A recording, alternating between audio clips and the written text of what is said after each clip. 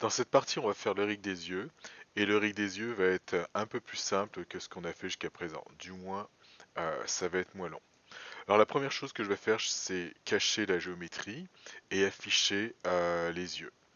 Donc je vais dans le bon groupe ici, et là, body H, je le cache, et les yeux H, de nouveau, je les affiche. Alors ce que j'aimerais faire, c'est binder les joints aim à cette géométrie. Par contre, ce que je peux constater, c'est que ici, tout est en gris, et là il y a écrit Skin Cluster, donc ça signifie qu'en ce moment c'est bindé à quelque chose. Alors je vais voir à quoi Ahead. Oui, je comprends, donc c'était pour faire en sorte que lorsque la tête tourne, que les yeux suivent, mais pour ce qu'on va faire, on n'a pas besoin d'avoir le joint Head dans tout ça, donc du coup, ce que je vais faire tout simplement, c'est débinder cette partie-là. Donc, ma géométrie est sélectionnée, et là je vais aller dans Skin, et là je vais choisir Unbind. Donc là, c'est détaché. Donc maintenant, il n'y a plus de lien avec la tête. Et je vais pouvoir maintenant binder ma géométrie au joint. Alors là, j'ai pris le bon. Et celui-là, bon, ok, je vais recommencer. Je vais prendre le bout ici, et la flèche qui va vers le haut pour aller chercher les bons joints. Alors, on va aller dans le outliner, et comme ça, on va pouvoir valider dans le outliner, j'ai les bons. F. Donc là, j'ai le aim eye côté gauche JNT, et pareil ici côté droit JNT. Je prends la géo, et ensuite je vais aller dans Skin, Bind Skin, et on va voir ce qu'on va choisir dans les options. Alors les options, après avoir fait un reset, Select a Joint, donc uniquement les deux que j'ai sélectionnés. Je laisse tel quel, je laisse tel quel. Max Influence, je le mets à 1. Ça veut dire que les vertex vont se faire contrer par un maximum de un seul joint concernant les yeux. Le maintain max influence, j'enlève par habitude. Et en fait, ça va pas changer grand chose à ce niveau-là parce qu'on va mettre quand même le maximum. Et là, je vais pouvoir faire bind. Donc là, c'est fait. Alors maintenant, en termes de bind, je sais pas du tout ce que ça donne. Et là, on va voir ça. Alors là, c'est le côté droit. Donc c'est parfait, c'est ce que je veux. Et là, si j'essaie le côté gauche, c'est parfait, c'est ce que je veux.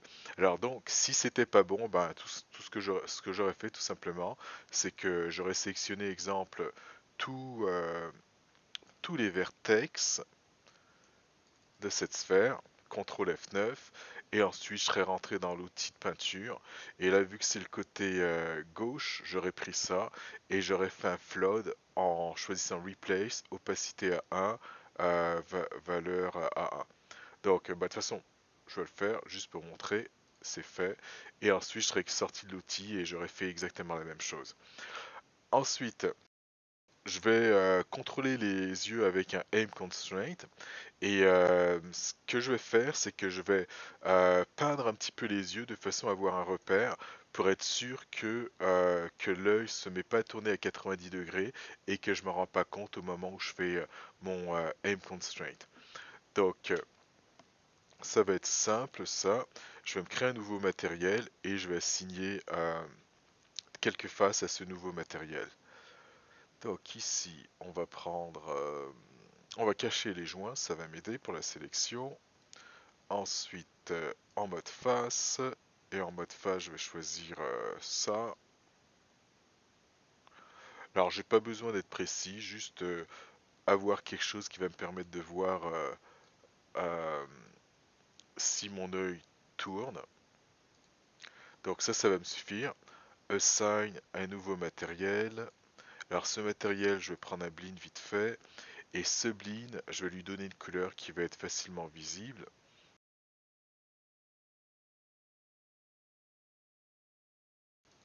Alors bleen 1. Et là, la couleur qu'on va donner, bon, je vais prendre du jaune. Parfait. Et là, je vais faire la même chose pour ce côté-là. Comme je disais, pas besoin d'être super précis. Bouton droit. Assign existing material. Et là, je vais prendre le bleen 1 qui est jaune. Et parfait. Donc ça va me suffire comme ça. Ensuite, je vais créer des locators au niveau des joints et je vais utiliser la commande un peu similaire à celle que j'avais fait d'aim qui me permettait de créer une contrainte euh, et ensuite l'effacer, créer la contrainte aimConstraint et l'effacer. Ben là, ce que je vais faire, c'est la même chose, mais avec une contrainte de position. Alors, j'ouvre mon script editor et ben, je l'ai là exactement. Donc, la commande pour faire une contrainte de position, c'est celle qu'on voit là, qui est assez simple. En cliquant sur ce bouton-là, bah, ça va nous afficher cette commande-là. En fait, ça, c'est la contrainte de position. Et là, ce qu'il va y avoir de plus, c'est que je vais l'effacer. Alors, je vais le faire une fois manuellement pour vous montrer, et les autres fois, je vais utiliser mon, mon script d'ailleurs que je vais glisser ici. Non, je ne vais pas le glisser tout. Je vais, alors, je vais plutôt faire un file save script to shelf.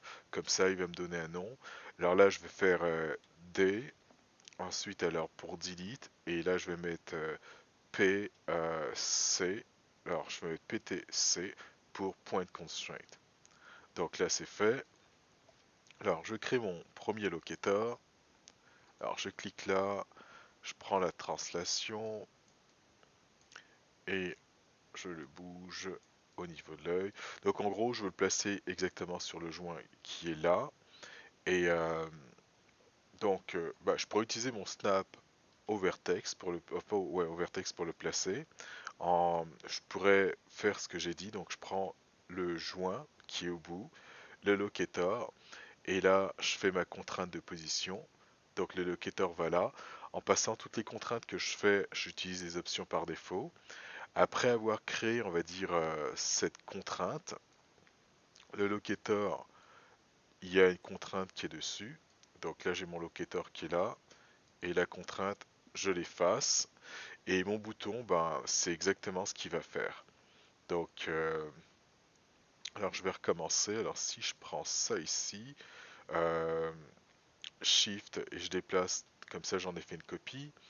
Et là, ce que je veux faire, c'est sélectionner le joint qui est là, ensuite le locator et utiliser mon bouton ici qui a placé le joint exactement là et effacer la contrainte. Je vais sélectionner les deux locators et dans un premier temps, je vais les renommer. Et le nom que je vais donner, alors mon personnage, elle, ça va être Carole. Donc, je vais aller dans ça, dans le Outliner. Alors, je vais fermer un petit peu tout ça. Donc, parfait. Et là, Locator 1. Donc, celui-là, c'est le côté gauche. Parfait. Et le second, ça va être la même chose. Et sauf que là, il va y avoir un petit R.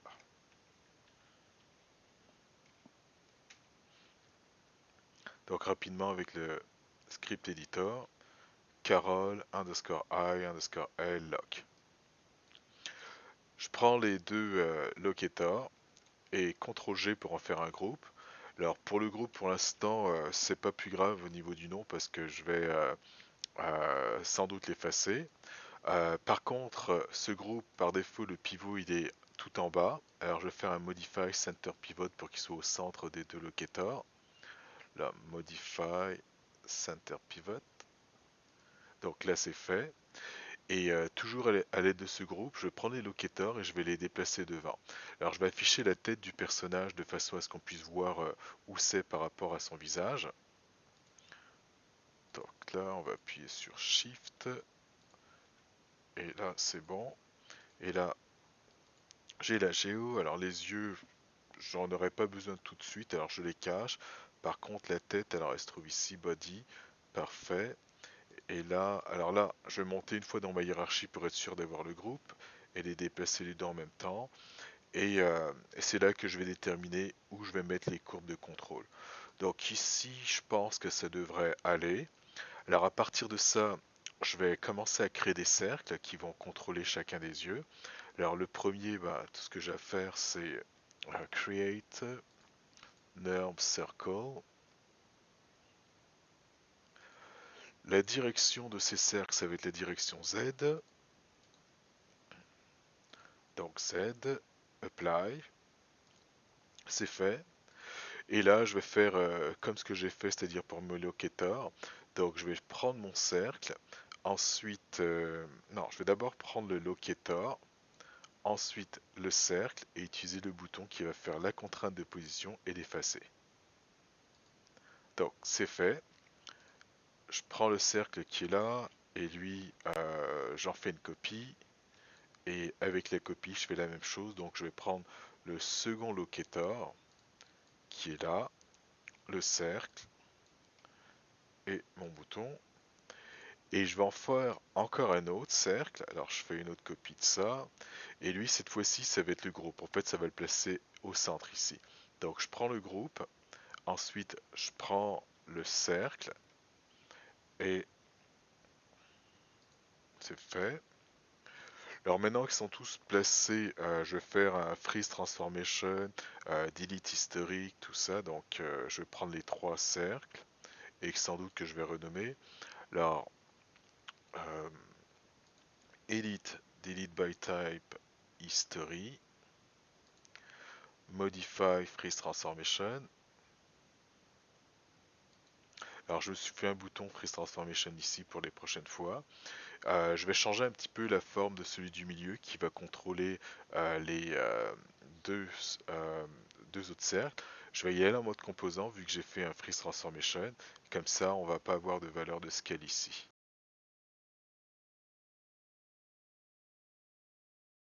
On va changer un petit peu la forme pour rendre ça un petit peu plus intéressant. Donner une forme qui va ressembler un petit peu à une lunette ou des lunettes. Et lui donner un petit peu de profondeur. Ça va être le contrôleur pour mes yeux. Je vais renommer les cercles et faire une hiérarchie. Je vais commencer par celui-là, le plus grand. Et lui, ça va être Carol, Eyes et CRV pour dire que c'est un contrôleur. Donc ça va être juste ça. Donc ici, Carol, Eyes et sans le petit L parce que là, c'est ça va être le contrôleur qui va contrôler les deux. Ensuite, les deux autres, vont être les enfants du grand, donc Edit Parent, ou encore j'appuie sur la touche P. Et les deux autres, je vais les renommer un à un. Donc lui, encore le nom du personnage, par contre, ça va être le côté droit, donc petit r.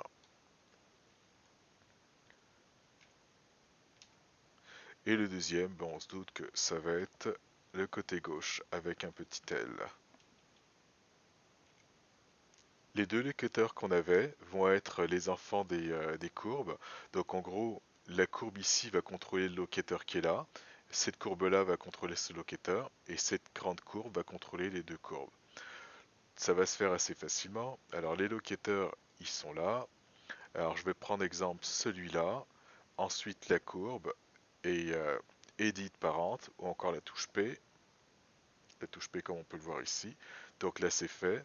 Et là pareil, le locator, la courbe et parent. Donc on vient de voir que les locateurs qui étaient en dessous de ce groupe ne sont plus en dessous de ce groupe, donc du coup ce groupe je l'efface. Il ne nous reste plus qu'à faire le aim constraint. La première chose que je vais faire c'est cacher la géométrie. Ensuite on va pouvoir faire un aim constraint aim. On va aller dans les options et on va regarder un petit peu comment c'est fait. Alors ce qui va être important c'est les axes locaux de rotation. Donc le joint ça va être celui-là. On peut voir que son Y il va vers le haut et le Z il va vers l'avant. Donc on veut que ce soit l'axe Z qui soit contrôlé finalement par le locator. Donc ça pointe dans la direction de l'axe Z. Donc du coup ici le M vector. Alors X, Y on les met à 0 et le Z on le met à 1. Ensuite, pour le up vector, quel est l'axe qui va nous déterminer finalement le haut? Là, on peut voir que c'est de l'axe Y qui va vers le haut. Donc ici, X, Y, on va laisser tel quel. Maintenant, mon word up type, donc dans quelle direction que ça va pointer. Là, en ce moment, si je laisse exemple à scene up, ça va être le haut de la scène. Mais si mon personnage, on va dire, il met sa tête sur le côté, ben, je veux pas que les yeux se mettent à tourner, on va dire, sur eux-mêmes et qui font en sorte que ce soit toujours vers le haut. Donc du coup, ça va falloir le changer. On va lui donner un repère et ce repère, ça va être la rotation d'un objet. Donc Object Rotation Up. Alors l'objet que je vais choisir, ça va être la tête, parce que c'est la tête qui va bouger. Alors donc je pourrais prendre directement le nom ici de la tête et le mettre ici, Control Head. Et maintenant, quel est l'axe qu'on va choisir par rapport à cette tête? Alors là, bah, en fait, on peut voir que l'axe en ce moment qui va vers le haut, c'est l'axe X, et cet axe-là, il va dans la même direction que celui-là.